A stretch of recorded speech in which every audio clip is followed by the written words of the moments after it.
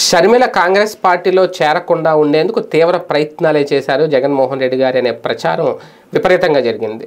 దానికి సంబంధించి వైవి సుబ్బారెడ్డిని పంపించారు.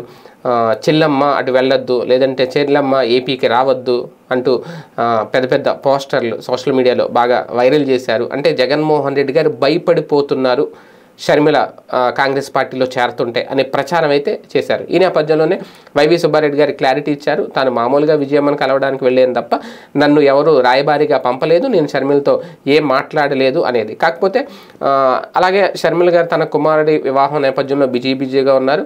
ఆ విషయంలోనే జగన్మోహన్ రెడ్డి గారిని కలిశారు తాజాగా అనేది కూడా. కాకపోతే తెర వెనక ప్రతిదీ కూడా జగన్మోహన్ రెడ్డి గారి ఆశీస్సులతోటే షర్మిల చేస్తున్నారు. కాంగ్రెస్ పార్టీలో చేరిక అనేది ఆయనకు తెలియంది కాదు. ఇది కూడా జగన్మోహన్ రెడ్డి గారి రాజకీయ వ్యూహాల్లో ఒకటి, ఆయన వేస్తున్న ట్రాప్లో ఒకటి.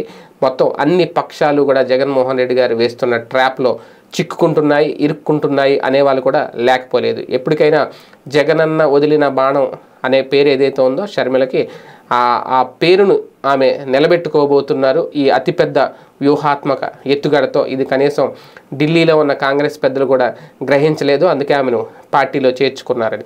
రాజకీయాల్లో ఏదైనా జరగచ్చు, ఎటువంటి వ్యూహాలైనా వేయచ్చు, ఎటువంటి ఎత్తుగడలైనా వేయచ్చు. అలాగే రాజకీయాల్లో ఒక కుటుంబానికి సంబంధించిన వ్యక్తులు వివిధ పార్టీల్లో ఉండకూడదనేం లేదు. అలా అనుకుంటే పురంధేశ్వరి గారు ఎన్టీఆర్ కుమార్తెగా ఉన్నా సరే ఆమె కాంగ్రెస్ పార్టీలో ఉన్నారు, ప్రస్తుతం బీజేపీలో ఉన్నారు. గతంలో కాంగ్రెస్ పార్టీలో పనిచేశారు, మంత్రిగా కూడా పనిచేశారు, కేంద్ర మంత్రిగా. వీటన్నిటి నేపథ్యంలో చూస్తే షర్మిల కూడా ఇప్పుడు కాంగ్రెస్ పార్టీలోనో లేదంటే ఆమెకు నచ్చిన పార్టీలోనో చేరకూడదని రూల్ ఏం లేదు. అది ఆమె స్వేచ్ఛ, ఆమె స్వాతంత్రం, ఆమె ఇష్టం. అది కూడా ఇక్కడ పరిగణలో తీసుకోవాలి. ఏది ఏమైనా రాయబారాలు పంపాల్సిన అవసరం ఖచ్చితంగా జగన్మోహన్ రెడ్డి గారికి లేదు అనేది అయితే వైవి సుబ్బారెడ్డి గారు ఇచ్చిన క్లారిటీ.